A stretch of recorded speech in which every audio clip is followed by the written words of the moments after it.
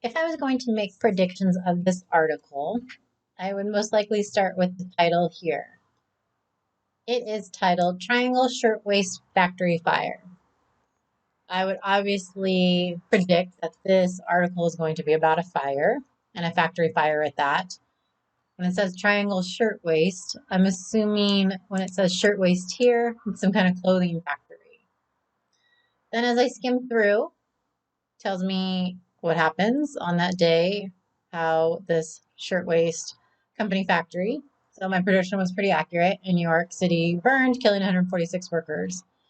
It's infamous in the industrial history, as deaths were largely preventable. And the tragedy brought widespread attention to the dangerous sweatshop condition of factories and led to the development of a series of laws and regulations that better protected the safety of workers. Next, looking at our next heading is working conditions in the Triangle Shirtwaist Factory. Based on what I've read, I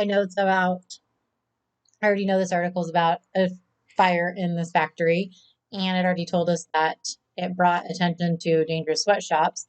So when it talks about the working conditions in the Triangle Shirtwaist Factory, I can predict that this next section is going to be about the conditions, and which is pretty obvious, but I would also predict that they were not great, considering on that it's telling us earlier that it brought attention to sweatshops. And we know that term using background knowledge, sweatshops are generally not good places. So it goes into some detail about the Triangle Factory. I was located on the top 3 floors. It was a true sweatshop, employing young immigrant women who worked in cramped spaces at lines of sewing machines. Let's see, they were teenage girls who did not speak English. In 1911, there were 4 elevators. There were 2 stairways, but one was locked from the outside to prevent stealing, and the other only opened inward. The fire escape was so narrow that it would have taken hours for all the workers to use it, even in the best circumstances. Based on that, my prediction's fairly accurate that I knew that the conditions were not going to be great. This is an interesting tidbit. Did you know exactly 79 years ago to the day after the Triangle Shirtwaist Factory, another tragic fire occurred in New York City? The blaze at the Happy Land Social Club in the Bronx killed 87 people, the most deadliest fire in the city since 1911. It's an interesting coincidence. Reading on about we're looking at the working conditions. The danger was well known throughout the city. Corruption, twice scorched in 1902. It seems they deliberately torched the workplaces before businesses in order to collect large insurance. This wasn't the cause of the 1911 fire, but it contributed to the tragedy as they refused to install sprinkler systems and other safety measures. They had anti-worker policies.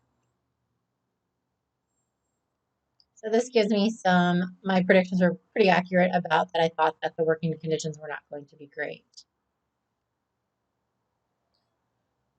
Looking at our next heading, what started the Triangle Shirtwaist Factory fire, I can logically predict that this next section is going to tell us how the fire began. That's pretty easy to guess based on the question mark here, and it's asking us what started it. And let's see. When a fire began in a rag bin, the manager attempted to use the fire hose, but was unsuccessful and the hose was rotted, and its valve was rusted shut. So this goes back earlier to the working conditions. And then it gives us some more feedback if I read through. Our next heading is the importance of the Triangle Shirtwaist Factory fire. So I'm going to predict this next section is going to tell me about why was this particular fire so important? Why am I reading about it more than 100 years later? And it tells me here, fire helped unite organization labor and reform-minded politicians. Let's see, the workers' union. So essentially it's telling me here the importance of it was it set up a union. So just based on the predictions that I made by the title and the headings, I was able to predict what was going to happen or what I thought was going to occur next. And my predictions, these were pretty simple, but were pretty accurate. So that is how we make predictions.